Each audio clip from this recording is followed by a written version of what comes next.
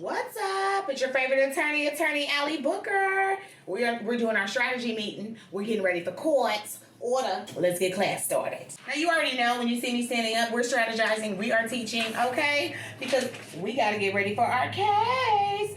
The purpose of this class is so that you all don't have to go and get an attorney every single time you have the smallest questions. Attorneys can be expensive, okay? And I'm not telling you that you don't need one. Oh, you need an attorney. But you can't find an attorney at 10 o'clock at night. You can't find an attorney at 2 o'clock in the morning. And sometimes you can't find one right as things are going on. Another thing that we all need to kind of take this class for is so that we can learn how our case is looked at by an attorney. Many times people come to me and say, hey, so many attorneys turned down my case. And I want to tell them, well, here is why. Someone wrote me and they said, how do attorneys view your case if it has potentially higher medical bills? Are attorneys more willing to take a case with severe injuries and huge medical bills rather than, say, for instance, just one body part like an elbow or a knee involved? I need to find an attorney soon. I went to a business to buy a product and a careless employee at the business threw his arm out without seeing me and knocked me down, causing me to slip and fall backwards into the pavement. The resulting injuries to my spine, brain, eye, foot, and elbow have cost me about $99,000 so far in medical bills and hospital care. I foresee surgeries and rehab as well as ongoing care. I'm retired and in my late 50s. Because I don't work, will that lower the value of my case? Will attorneys hesitate to take on an expensive, complicated case on contingency?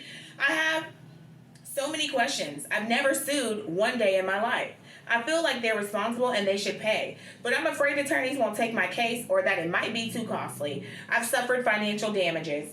I've noticed 3 cameras on the property, and I don't know if they'll delete the footage because it just happened.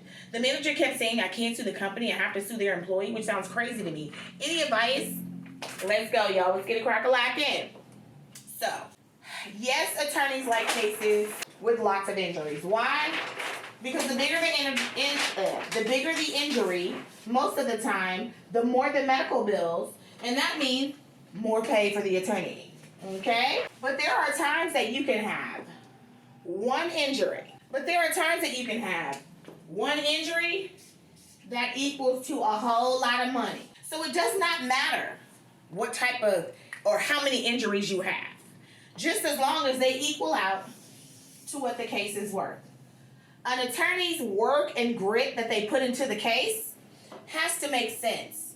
If your case is hard to prove and it's only worth $3,000 and it's going to take $8,000 to prove or to try, an attorney's not going to want to take your case. It's just not going to make sense. It's something that we call not economically feasible. It has to be economically feasible for an attorney to want to take your case. So the injuries themselves aren't necessarily all the time what we are looking for. We're looking for a good claim, a good case that has a significant amount of medical bills so that we can get the money back that we're going to put into that case. And that's essentially what we look for. Don't worry about cameras and things of that nature, because attorneys, we have spoliation documentation. And what that spoliation documentation is a document that is most of the time certified, mailed to the property or the owner of the property, stating that we want them to preserve everything that has to do with your particular incident.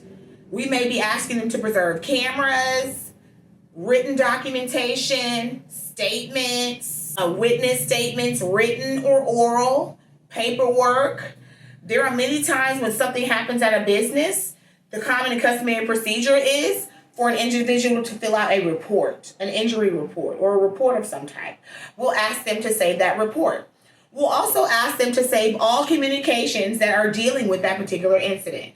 So once that spoliation documentation is given to that particular property owner or opposing party, it's at that point that they have been put on notice that they bet not. And I mean they bet not get rid of the evidence. If they do, there are cases that state that a jury can look at the fact that they got rid of that evidence as conclusive evidence of their guilt, and they may wind up liable. So we send that spoliation documentation out. Sir, what you need to do is make sure that you get an attorney early on.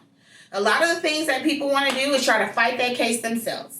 At that point, they've made statements that are against their interest, okay? And they have done things within their treatment that are not in their best interest or in the case's best interest. They have failed to send out spoliation documentation, and vital evidence in their case may not be preserved. So it is important that you hire an attorney early on, very much close to the date of the incident. Don't wait. Don't try to work that out yourself. And definitely don't reach out to the insurance company or make any statements until you have an attorney. And when these stores are asking you to write a statement of what happened, what you should write for them is, I do not wish to make a statement at this time.